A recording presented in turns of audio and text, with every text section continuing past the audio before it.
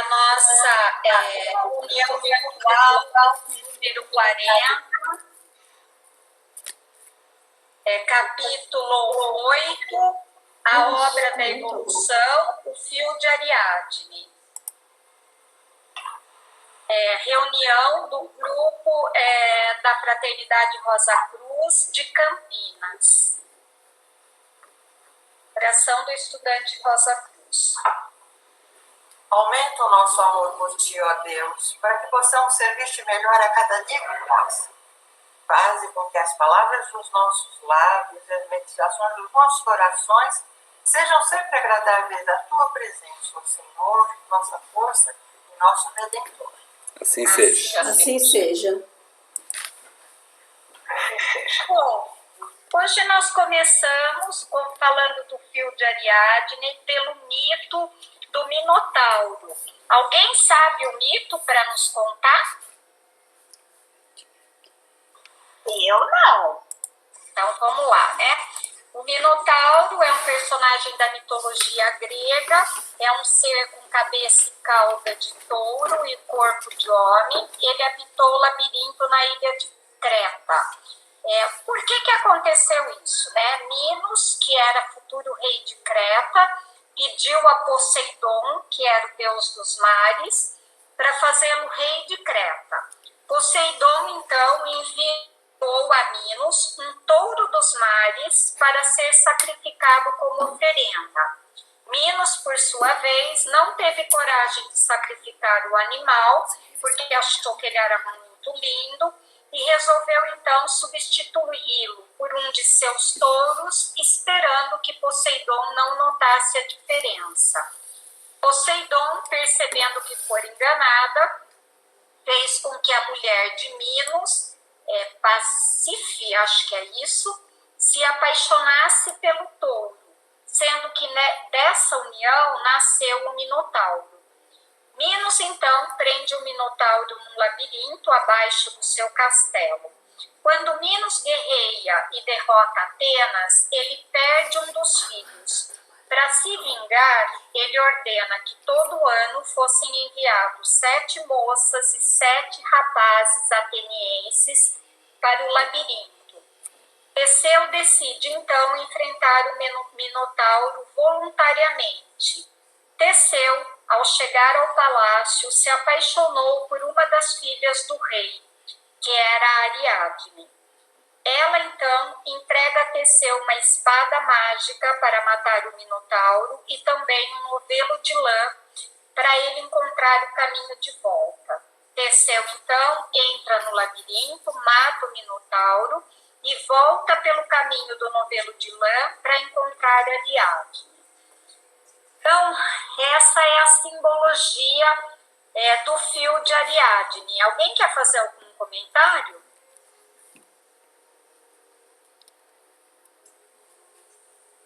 Não? Então vamos lá, né? Então vou com algumas perguntas. Olhando o Minotauro, o que ele simboliza para nós, estudantes Rosa Cruz? Pode dizer que a era de touro? Sim, ele simboliza o touro. O touro é o símbolo do acúmulo das coisas da região química, do mundo físico. Touro é materialista, ambicioso, decidido. Os nativos valorizam o poder e a segurança. Tem a força do elemento terra, seu regente, mas devido ao excessivo enraizamento, né, eles podem se acomodar com os bois.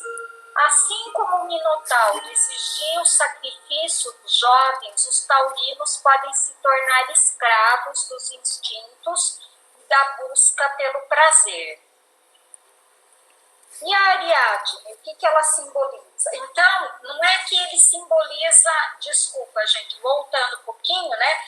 Minotauro, ele simboliza essas características de touro. Então, é o materialismo, o apego ao material, o apego excessivo ao que é meu, né? E a Ariadne?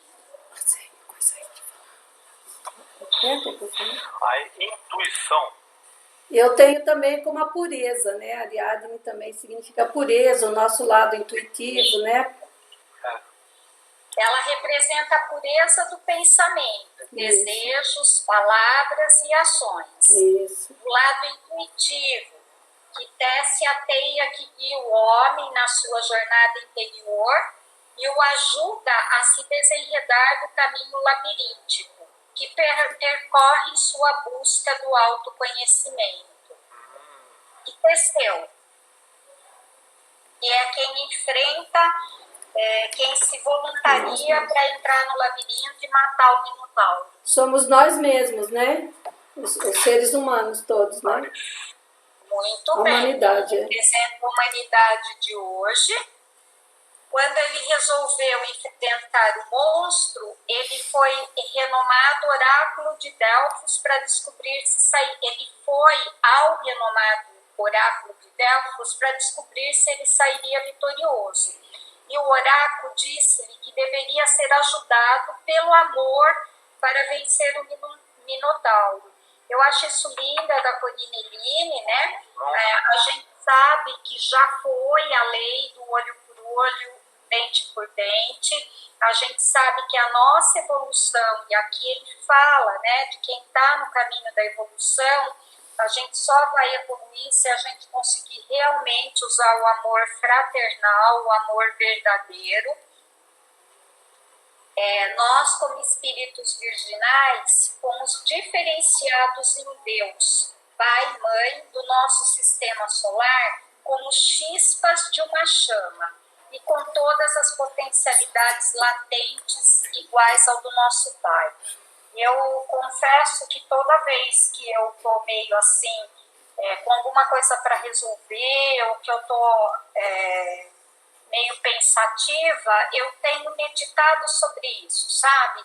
Que nós somos chamas divinas, chispas divinas, né? E que nós temos as potencialidades de Deus para desenvolver. E o que significa o labirinto? A vida física, a da evolução. É o esquema da evolução, né, Rê? Isso, é a vida física, são os nossos obstáculos, os desafios, as aflições. Alguém mais ia falar? Eu ia falar. Eu ia fazer um comentário da beleza dessa lenda.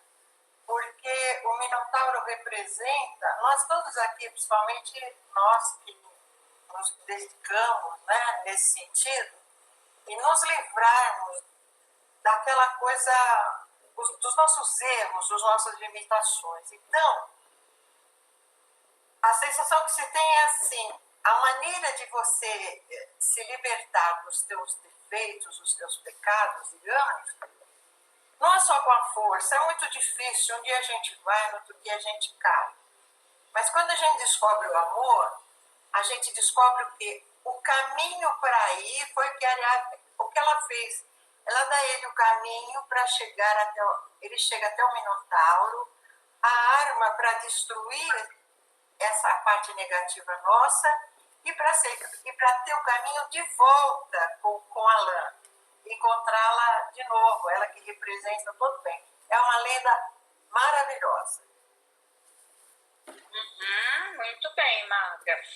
E a gente sabe, né, que a gente vai começar agora a evolução enquanto períodos, né, mas tem gente que já está mais adiantado nesse processo, no caminho de evolução, que é a volta para casa, né, então o fio de Ariadne ele faz a nossa navegação pelos diversos períodos para a volta para casa, né? Só que para que isso aconteça, nós temos muitos minotauros para matar aí no caminho, né? Que são os nossos desafios, as nossas aflições, que quando a gente vai enfrentando, a gente vai se depurando espiritualmente. Então, é justamente o caminho da evolução pelos períodos, né? Nós já viemos de Saturno até o período terrestre, e agora nós vamos até o final do período de Vulcano, no caminho de evolução, né? Porque o caminho de Saturno até terrestre é involução. E agora nós começamos o caminho de subida, né? É o período em que os espíritos virginais, que agora é a humanidade, vão aperfeiçoar os seus veículos e expandir sua consciência nos 5 mundos por meio do seu próprio esforço e gênio, né? Então, não vai ter ninguém conosco matando o Minotauro. É cada um no seu caminho. O que a morte do Minotauro simboliza? Seria como se fosse nós vencêssemos os nossos desejos, os nossos desafios. Seria. Desejos inferiores. Isso. Na realidade, é o momento que Teseu se liberta do ciclo de vida. Nascimentos e mortes. Nesse esquema de evolução, dessa região química do mundo físico. Então, a gente sabe que quando a gente caminha no caminho da evolução, vai chegar uma hora que a gente não precisa mais reencarnar, né? A gente pode não sei se materializar é o termo mais correto, mas a gente pode ter um corpo e aparecer onde a gente precisar, sem ter mais a necessidade de vir, né, para o mundo encarnado. Então, matar o Minotauro, isso só vai acontecer, né, quando a gente aprender toda a lição que a gente tem que aprender nesse esquema de evolução. E é isso, matar o Minotauro. Alguém quer falar? Seria então atingir as 9 iniciações menores Se libertar da roda dos nascimentos e mortes, né? e a do libertador, chegar do libertador, as maiores, chegar do libertador? Não. Isso. Que é quando a gente se liberta da roda de vida e morte, né? Também. Nascimentos e mortes. Também, mas nós também. Então, é o trabalho Também. duro da purificação na construção do corpo-alma. A gente precisa trabalhar muito para desenvolver todas as potencialidades que a gente tem latente em nós. E aí, o bonito, né, é que o labirinto, ele diz, você entra e você sai, né? O que eu falei é o retorno à casa do Pai, aí já como divinos e criadores de universos, tá? E o fio de Ariadne? Ela dá o fio para que ele soubesse como voltar, né? Qual é o simbolismo dele? É o fio que leva ao caminho da evolução, não é? Não é? Então vamos lá. Pela mitologia, é o termo usado para descrever a resolução de um problema através da aplicação da lógica. Quando a gente vai para a fraternidade, ele significa ter a consciência do caminho, né? Então, Teseu, ele aprendeu o caminho de forma consciente. Então, é a expansão da consciência. O fio nos foi dado pelas hierarquias criadoras, né? Então, quando eu olho aqui, qual é o propósito do fio de Ariadne? Acho que é uma pergunta.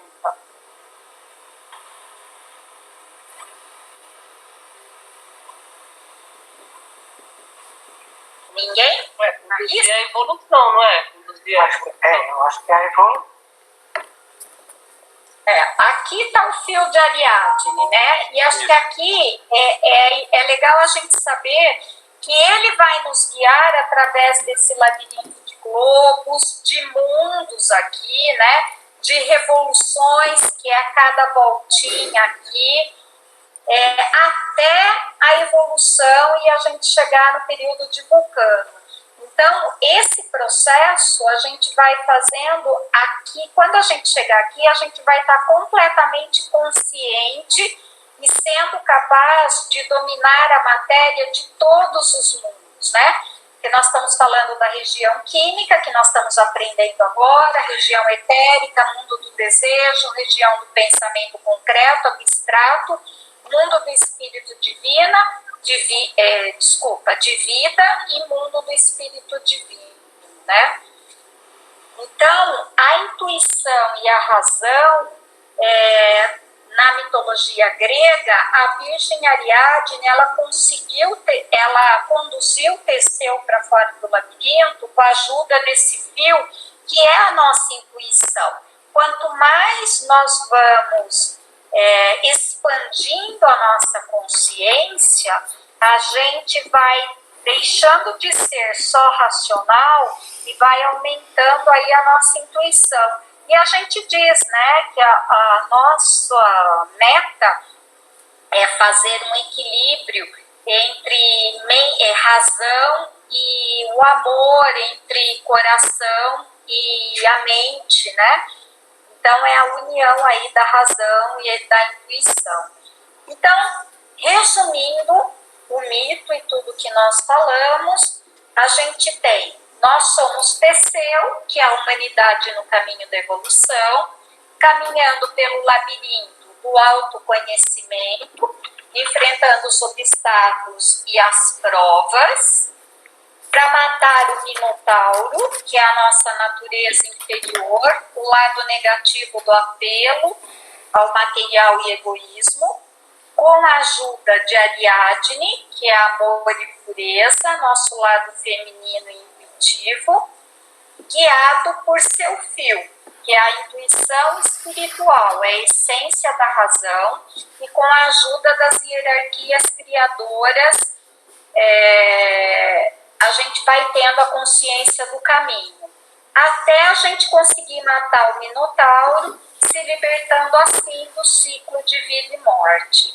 Então, assim, eu tentei resumir tudo isso que a gente falou, né, para ficar bem claro para nós como que é esse caminho da evolução.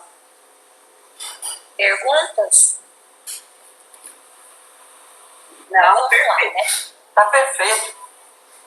Muito bem. Então, isso aqui a gente estudou bastante até agora. Então, minha pergunta é: qual é o propósito da evolução? É expandir a nossa consciência, né? E nos tornarmos deuses na integração, com a integração do Pai. Muito bem. Então, é justamente isso, é tornar-nos consciente e capaz de dominar a matéria de todos os mundos. Por isso, as condições estabelecidas nos globos, nos mundos, nas evoluções e nos períodos, elas estão ordenadas para esta finalidade, né? E nós temos que chegar, então, assim... foi a Terezinha que falou? Foi eu. Isso. E aí a gente chegar até a gente se desenvolver como um Deus dinâmico e criador, porque lá em Vulcano nós vamos estar criando, né? De modo a ganhar mais e mais consciência do mundo, e isso é medido pela capacidade de domínio dos materiais de um determinado mundo. Então, a gente sabe que o esquema evolutivo ele é efetuado por esses 5 mundos, em 7 grandes períodos de manifestação, e que nós passamos pela involução, que foi o momento que o espírito veio à matéria pela sua cristalização em corpos, então era o momento que a gente descia e teve que se concentrar aqui no período terrestre, e nós vamos começar o caminho da evolução, que é a que liberta o espírito da matéria pela espiritualidade dos corpos e sua conversão em almas. E aí, no meio dessa tríade, tem a epigênese, né? Que é a atividade criadora original. Então, nós temos a capacidade original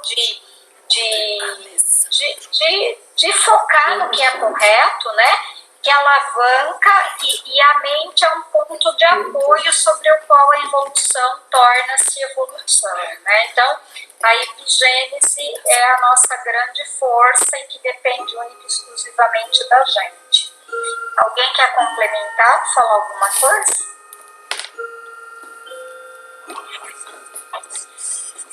Ou então, vamos lá. E por que é importante? Isso nós falamos na reunião passada, me ajudem aí. Por que é importante a gente estudar o esquema da evolução? Desenvolver a mente abstrata. Isso, né? A gente faz, então, exercita a mente no pensamentos abstratos e aí a gente eleva acima das coisas existentes no concreto sem estar com as emoções afloradas, né? A gente sabe que o interesse é a mola da ação, mas o nosso atual grau de desenvolvimento, o interesse é geralmente despertado ainda muito pelo egoísmo. Quando você desenvolve a mente abstrata, você foca muito mais em coisas racionais, né?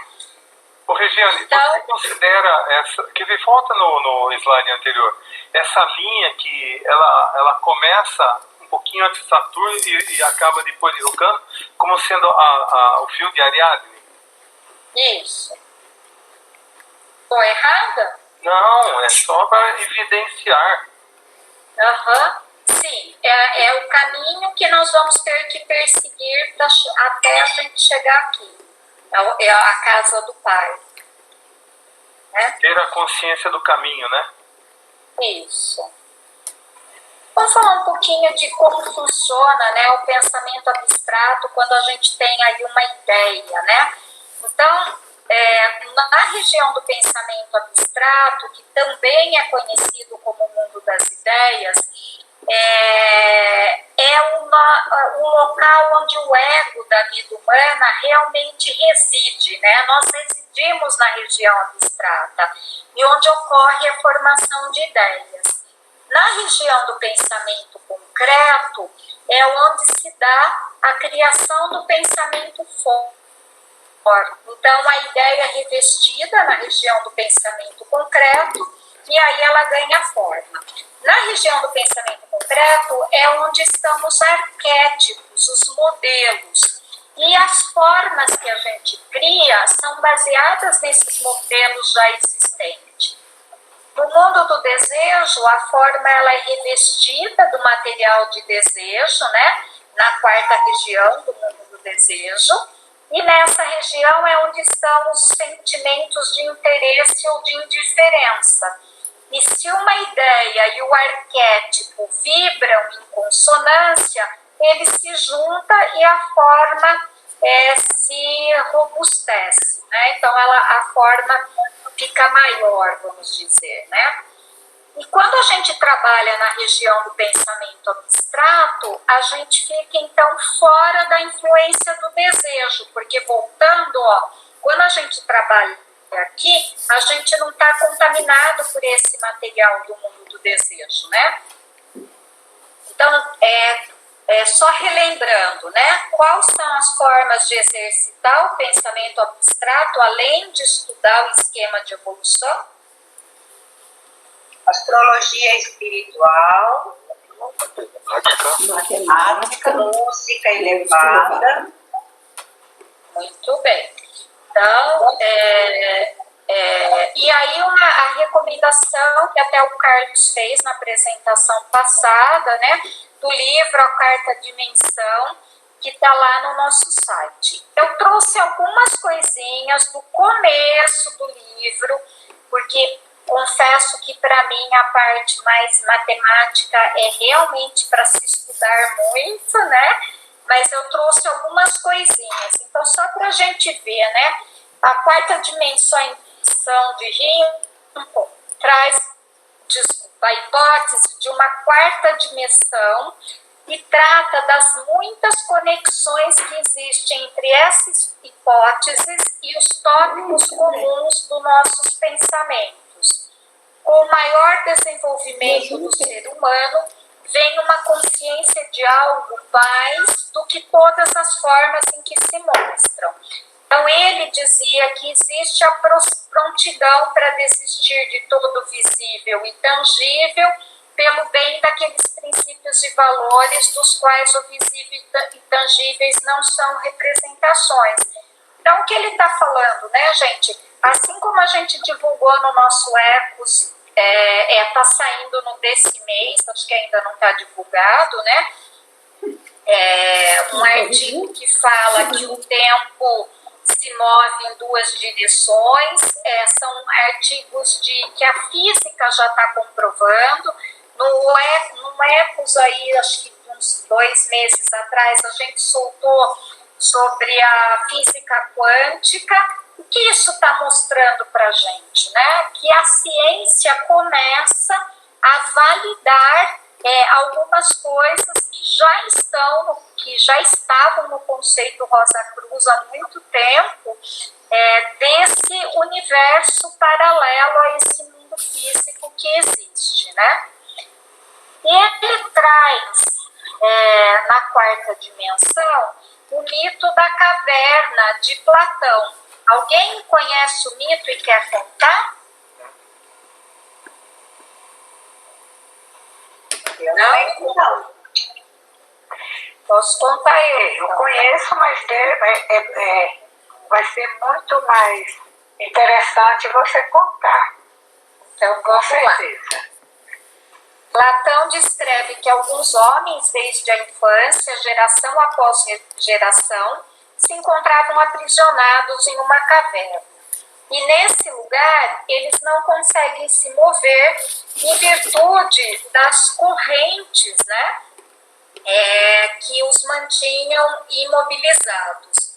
Virados de costa, eles estavam sentados, virados de costa, né? Para a entrada da caverna. Então, eles veem apenas os vultos, né, do que se passa aqui fora. Eles não veem o mundo real. E por ali passavam homens transportando coisas, passavam pessoas. Essas sombras projetadas no fundo da caverna eram compreendidas pelos prisioneiros como sendo tudo que existe no mundo.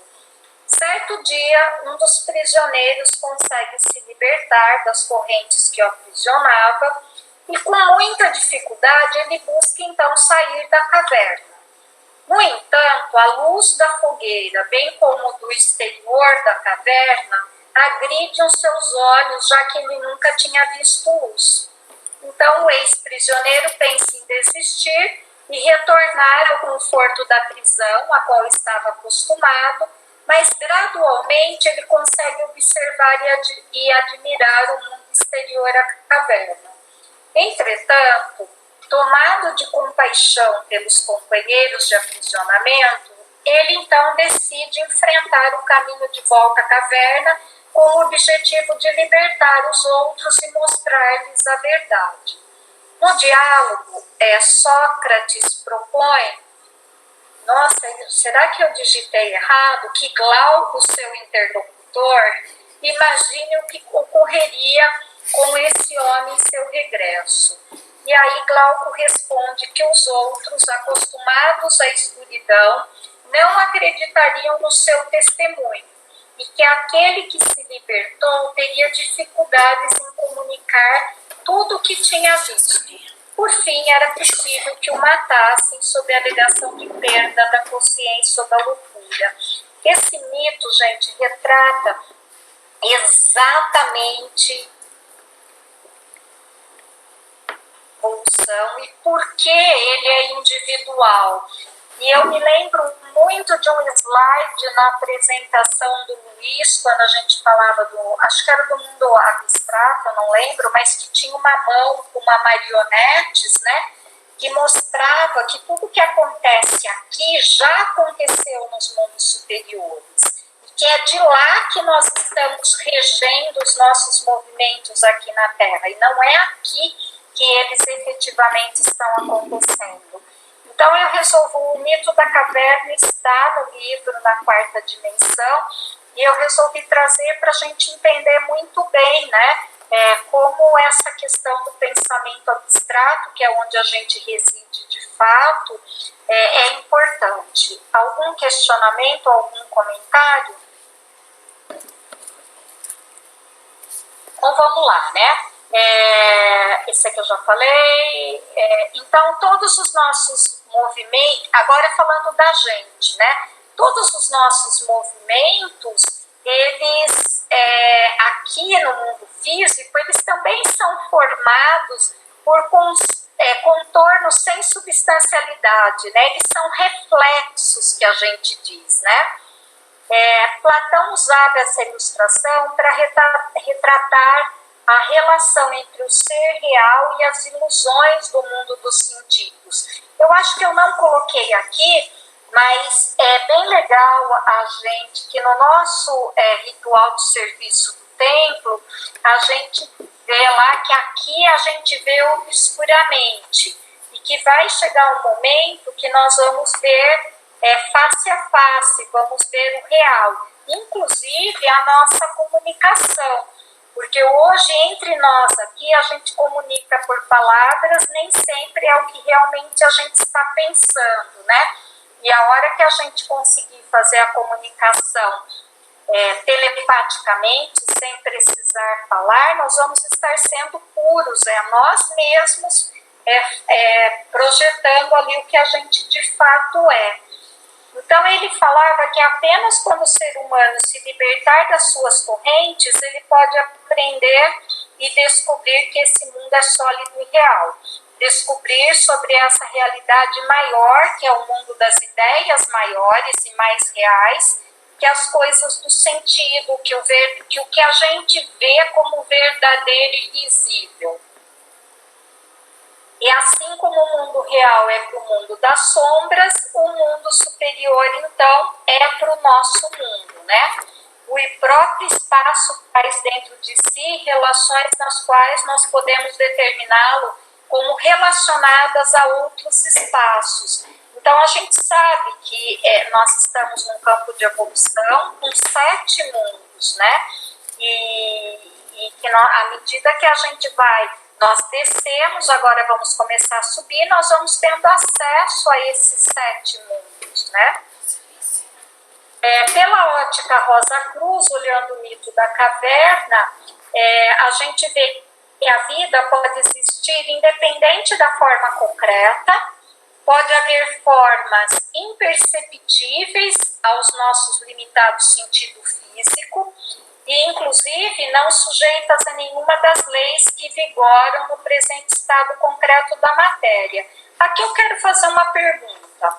Por que a gente diz tanto que a gente precisa desenvolver o pensamento abstrato para que a gente possa evoluir, né? Qual é realmente a razão disso, tendo em base essa questão do mito da caverna?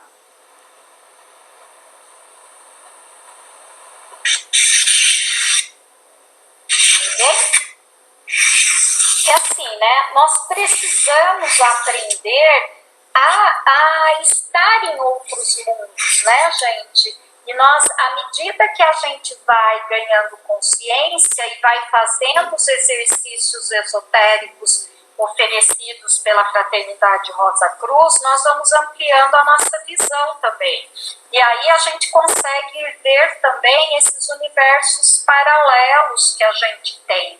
Então é um pouco disso que nós estamos falando, né? Até a gente ver realmente o real. Se a gente não exercita o pensamento abstrato, a gente não consegue atingir esse estágio.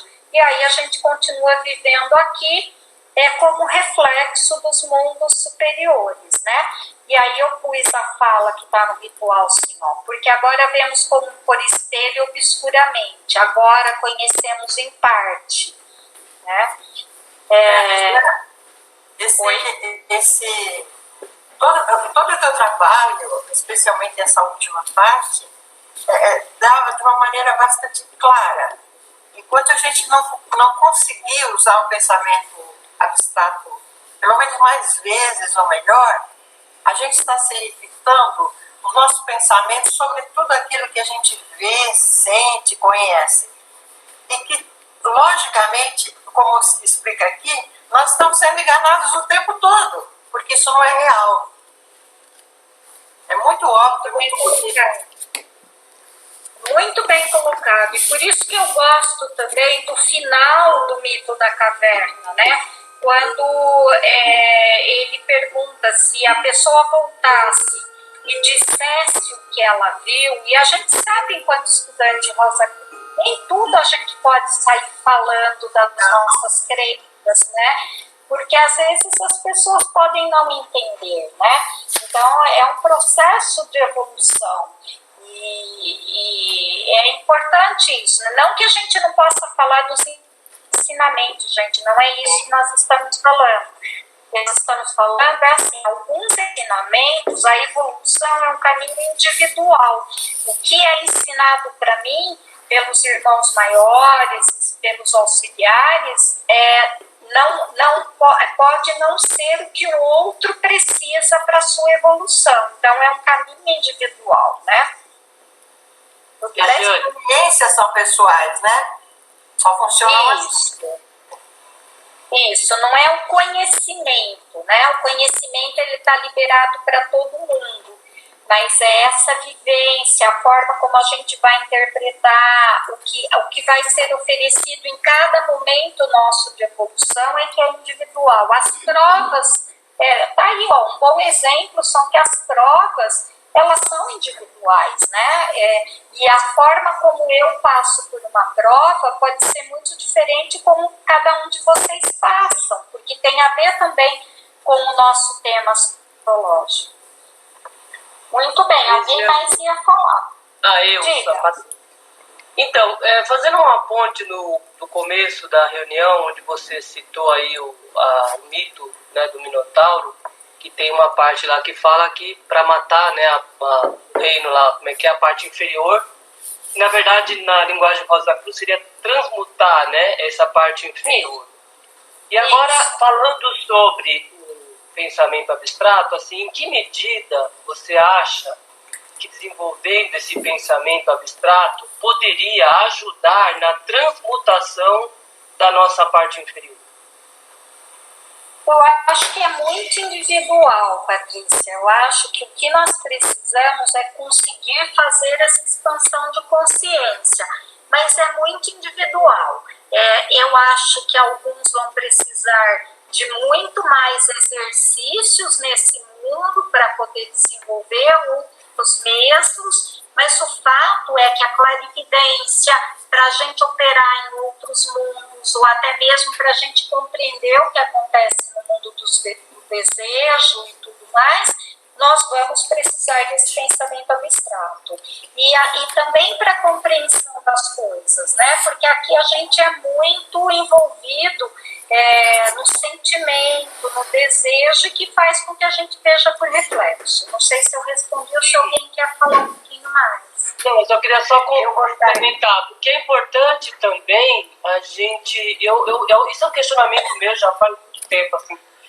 É importante também a gente não fugir dessa nossa parte inferior também, né? Digamos assim, você encarar o seu defeito mesmo, até para você ter o poder de transmutá-lo.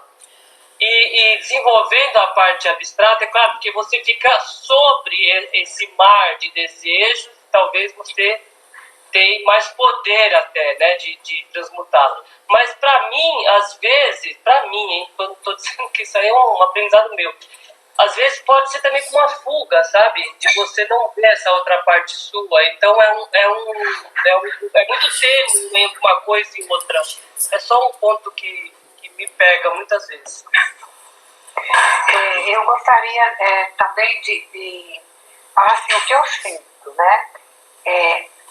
Trabalhar esse pensamento abstrato, não fugir, como a Patrícia falou, não fugir da nossa realidade, dos nossos defeitos, não fazer de conta que eles não existem, encará-los de frente, contudo, ser sempre permeado e com base no amor, principalmente, não esse amor de faz de conta, mas realmente a doação do amor ao próximo, né, da maneira mais singela que cada um possa fazer, né, na oração, no pensamento. Ontem, por exemplo, só assim rapidinho, a gente tinha acabado de deitar quando a gente ouviu gritos de socorro, socorro, socorro, polícia. e pessoas gritando, né? Duas vozes masculinas gritando e uma voz feminina pedindo socorro. Nós levantamos, fomos na janela, muita gente também nos outros apartamentos estava na janela. Na hora, Deus me iluminou, que eu virei, eu pensei, né, e falei que as rosas floresçam em vossa cruz, e pedi ajuda por Cristo, e assim, olha, logo em seguida, as coisas,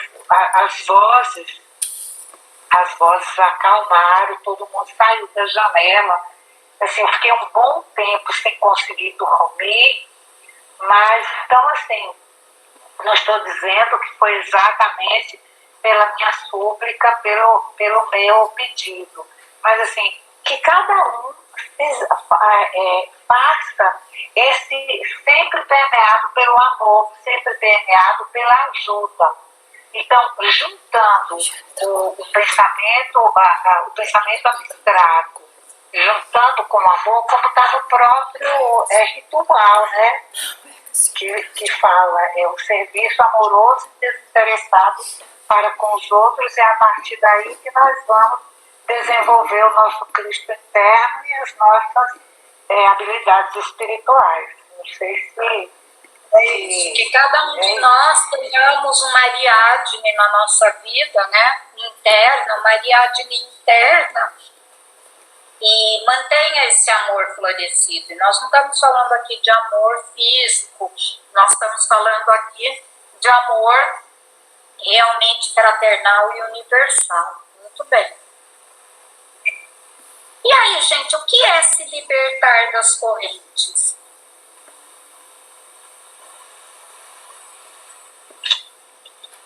Se libertar das correntes seria quando você sai do senso comum e busca a verdade.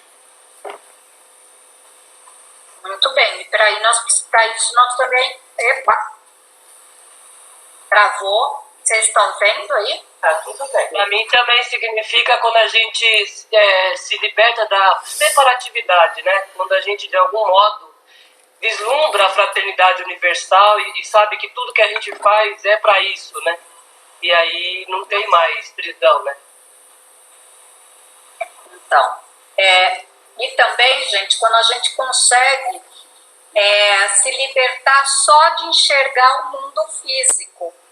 Então, se a gente quer evoluir, essa semana eu estava lendo um outro livro de Max Rendel, e ele fala que é nosso serviço, enquanto estudante, né, estar dispostos, e o conceito ele começa abrindo, que as verdades são prováveis, né, e que nós é que temos que ir investigar se o que nós aprendemos no conceito ou em outras literaturas são realmente confirmadas nos outros mundos, né?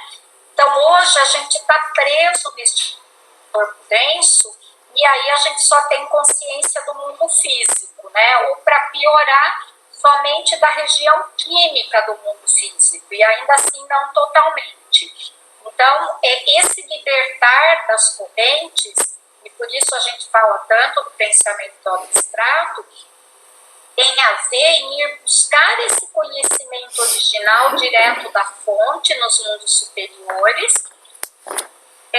e fazer a compreensão desse, né? Para isso nós precisamos desenvolver ferramentas, né? Ou melhor, um veículo, um corpo dos mundos superiores. Então a gente sabe que a nossa evolução ela engloba 7 mundos e que cada um desses mundos está sujeito a leis específicas e que precisa de um corpo para a gente poder funcionar lá, e que essas leis elas são diferentes das leis que operam no nosso mundo físico hoje. Nos mundos invisíveis, as leis são diferentes das leis da região química.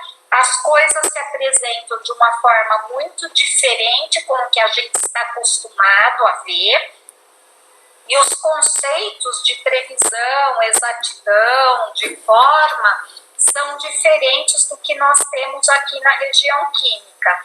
assim como o conceito de distância e tempo, gravidade, contração e expansão, todas essas leis físicas que operam aqui, elas são diferentes, né? Então, para quem já viu Matrix, o filme Matrix, né, a gente vê que as coisas nos outros mundos, ele passa muito rápido. E nós assistimos um outro filme também que passava bem essa questão, e que se você não está apto para enxergar, você só vai ver movimentos desnorteados e não vai conseguir fazer a leitura de nada, né? Então é um treinamento isso. No mundo do desejo, a gente sabe que não existe frio nem calor, lá as coisas levitam em termos de gravidade e a distância de tempo lá é quase inexistente. E aqui nós estamos falando de formas estáveis, que as coisas não mudam tanto, e nos outros mundos as coisas têm um movimento muito intenso. Então é por isso também que é recomendado não, né? Os nossos estudos dizem que a gente vai sendo, à medida que a gente vai fazendo os exercícios oferecidos pela Rosa Cruz, nós vamos treinando essas habilidades de estar operando mesmo conscientemente em outros mundos, né? Então, aí também é do nosso ritual, aqui a gente vê por espelho, né, obscuramente, e aqui nós conhecemos em parte, e lá sim nós vamos conhecer como um todo, e como a gente é conhecido. E acho que o importante é dizer que o espírito, ele é capaz de ultrapassar o tempo e o espaço, de viajar por esses mundos, porque ele é superior a essas condições físicas interdependentes. Por isso que a gente diz que nós somos chispas divinas e nós vamos começar o caminho de retorno à casa do Pai. Só que para isso ele precisa desse treinamento para aprender então a funcionar nesses mundos e a funcionar nos veículos superiores também, né? Então, era um pouquinho disso que eu queria falar. Agora está aberto a conversa e o que eu tinha para apresentar era isso. Agora fica aí para as perguntas, comentários e trocas. Nossa, não vai ter nenhuma perguntinha? Você deixou tudo tão clarinho. Realmente. Eu gostaria de perguntar assim, a epigênese, ela também é desenvolvida no período de evolução, do período de Saturno até antes da gente ter a mente, ou só a partir de agora do período terrestre que nós vamos estar em evolução? Eu não tenho certeza, mas eu acho que é a partir do momento que a gente adquiriu a mente, que é na realidade o que a gente fala da expulsão do paraíso, né? É quando a gente, Deus disse, agora é por sua conta esse caminho de desenvolvimento. Mas se mais alguém puder complementar ou confirmar se o que eu estou falando está certo, eu agradeço. Eu também entendi assim.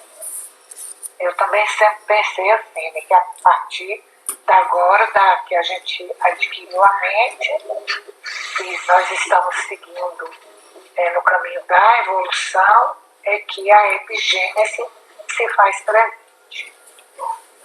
Para mim é isso. Mais alguém quer comentar, gente?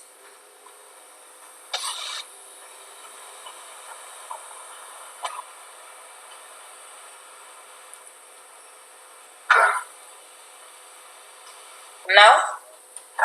Ou fica aberto para outros comentários do que a gente aprendeu, né, no mito do Minotauro, no mito da caverna.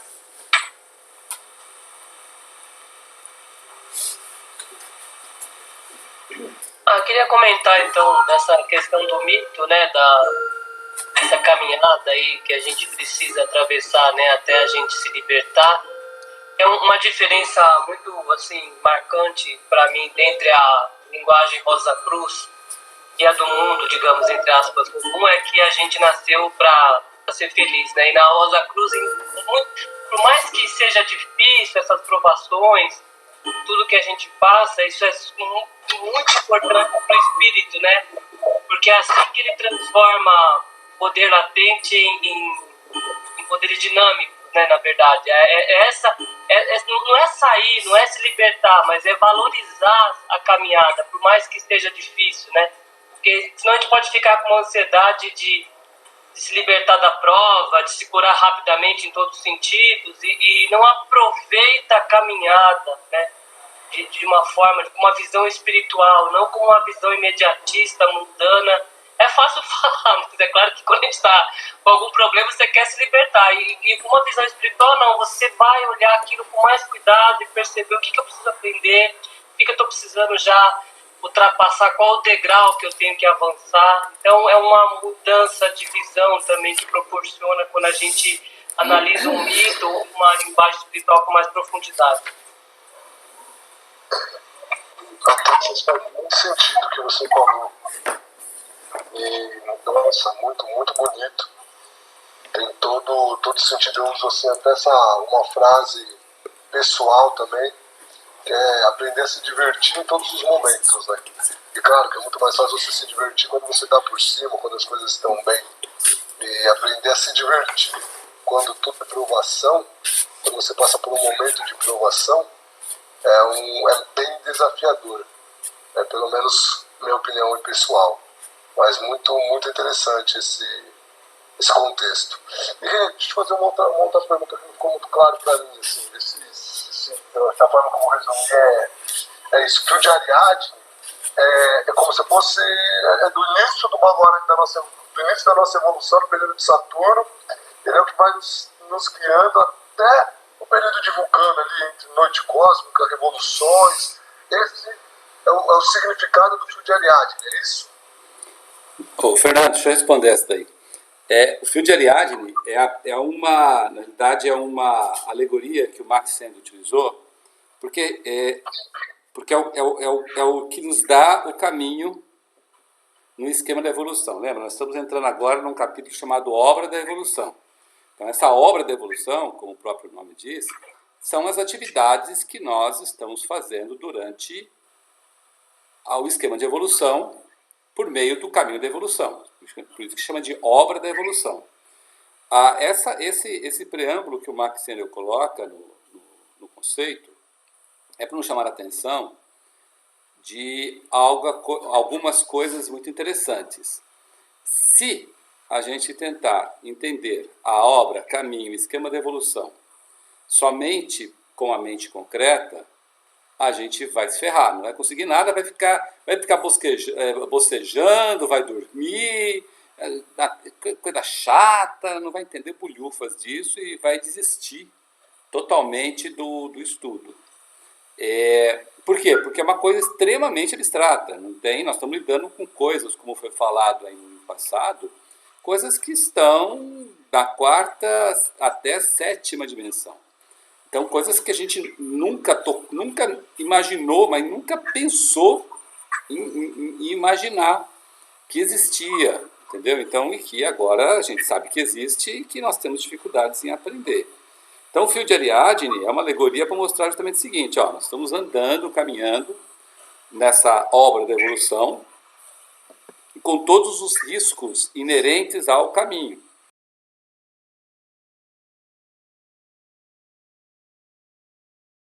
Oração Rosa Cruz. Não te pedimos mais luz, ó Deus, senão olhos para ver a luz que já existe. Não te pedimos canções mais doces, senão ouvidos para ouvir as presentes melodias. Não te pedimos mais força, senão o modo de usar o poder que já possuímos. Não mais amor, senão habilidade para transformar a cólera em ternura. Não mais alegria, senão como sentir mais próxima essa inefável presença para dar aos outros tudo o que já temos de entusiasmo e de coragem. Não te pedimos mais dons, amado Deus, mas apenas senso para perceber e melhor usar os dons preciosos que já recebemos de ti. Faze que dominemos todos os temores, que conheçamos todas as santas alegrias, para que sejamos os amigos que desejamos ser, para transmitir a verdade que conhecemos, para que amemos a pureza, para que busquemos o bem, e com todo o nosso poder possamos elevar todas as almas, a fim de que vivam em harmonia e na luz de uma perfeita liberdade.